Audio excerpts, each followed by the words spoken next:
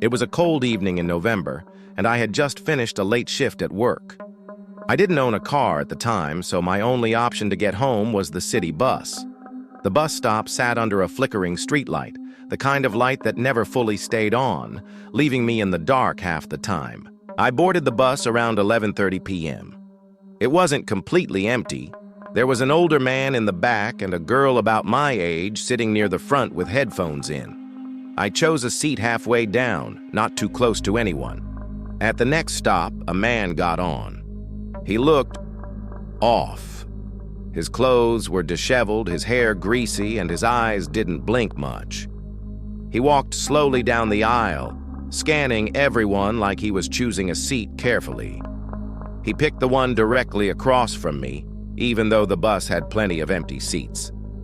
I tried not to look at him, but I could feel his eyes burning into the side of my face.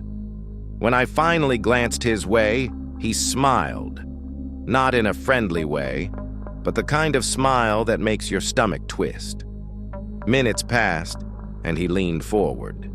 His voice was low and raspy. "You shouldn't ride alone this late. Things happen to people." I froze.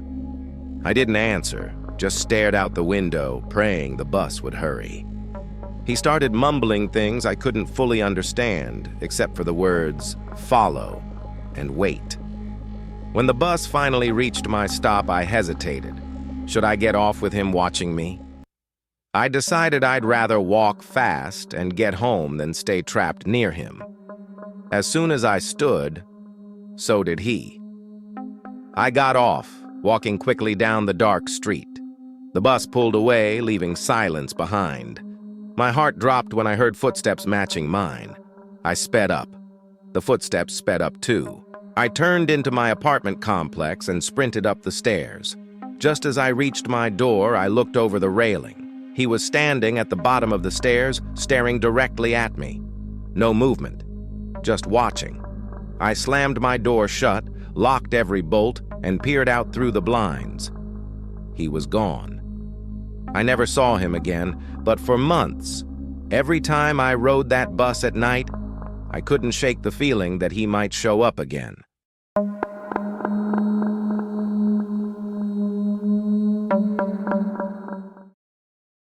This happened when I was 17. I was coming back from a friend's birthday party, and it was already after midnight. The bus was nearly empty, only a middle-aged woman near the front and the driver. I sat by the window, scrolling through my phone.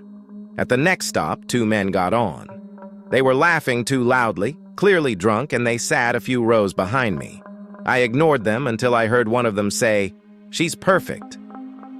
I looked up, pretending I didn't hear, but I could see their reflection in the bus window. They were staring at me. One of them leaned closer to the other and whispered, "I'll get off when she does." My blood went cold. I wanted to move closer to the driver, but I didn't want to make it obvious that I was scared. The woman near the front soon got off, leaving me as the only passenger besides them. One of the men finally got up and stumbled toward me. He sat in the seat directly behind mine. I could smell the alcohol on his breath when he leaned forward and whispered, "Where are you headed, sweetheart?" I didn't respond. I just stood up quickly and walked straight to the driver. My voice was shaky as I said, "Can you please stop at the next station? I think someone's following me." The driver glanced at me in the mirror and nodded. The man behind me laughed and muttered something to his friend. When the bus finally stopped, I got off fast. To my relief, the driver got off too and said, "Wait here until I close up." The two men stayed seated, glaring at me through the glass as the doors shut. I stood with the driver until my brother picked me up. If that driver hadn't stepped in, I don't even want to think about what could have happened.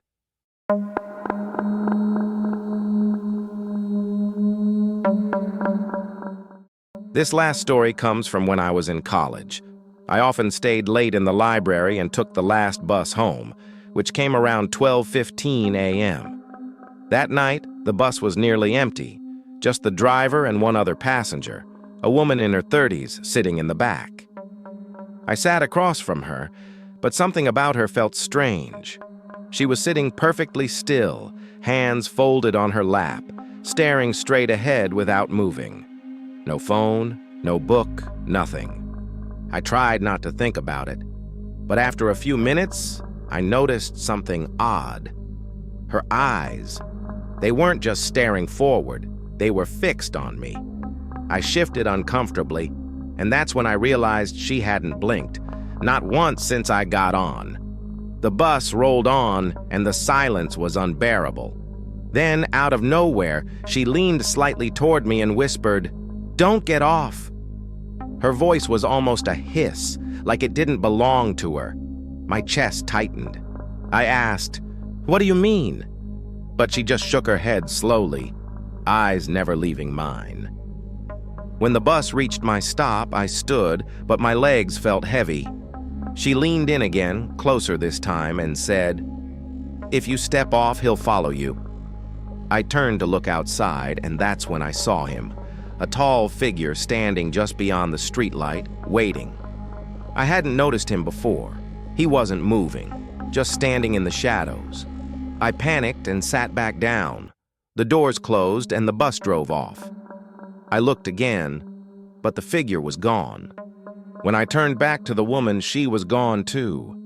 The back seat was completely empty.